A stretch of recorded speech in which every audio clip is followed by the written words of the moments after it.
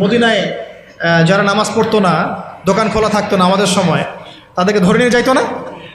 গারামা দিত, গারামা, জরিমানা, অনেকে তো পিটাইতো, জেলও দিত, অনেকে ওই মরুভূমিতে গিয়ে রেখে দিয়ে আসতো, হাইটা হেঁটে আয়তো শাস্তি। মানে নামাজ যদি রাষ্ট্র চায় তাহলে জনগণকে পড়াতে পারে। রাষ্ট্র যদি চায় জনগণকে মাস্ক পড়াইতে পারে না? পারে না? হ্যাঁ, তো রাষ্ট্র যদি চায় তাহলে জনগণকে নামাজও পড়াইতে পারবে ইনশাআল্লাহ।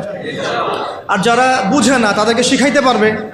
যারা নামাজ পড়তে জানে না তাদেরকে আমরা ইসলামিক সেন্টারে পাঠাতে পারবো, তরবিয়ত দিতে পারবো, ওলামা কেরামের সহবতে নিয়ে এসে শিখাইতে পারবো, তাই না? কিন্তু আপনি এটা রাষ্ট্রীয় উদ্যোগে এখন আর করতে পারবেন না। এটা ব্যক্তি জীবনে সীমাবদ্ধ হয়ে থাকে। তখন স্কুলে কোরআন শিক্ষা বাধ্যতামূলক করতে পারতেন, পারতেন না? হাই স্কুলে আরবি ভাষা শিক্ষা বাধ্যতামূলক করতে পারতেন, কোরআনের কিছু অনুবাদ তো বাধ্যতামূলক করতে পারতেন, সিলেবাস মুক্ত করতে পারতেন। অনার্স লেভেলে গিয়ে আমাদের এই ভাইরা তখন কোরআনের তাফসীর করতে পারতো, তর্জমা করতে পারতো।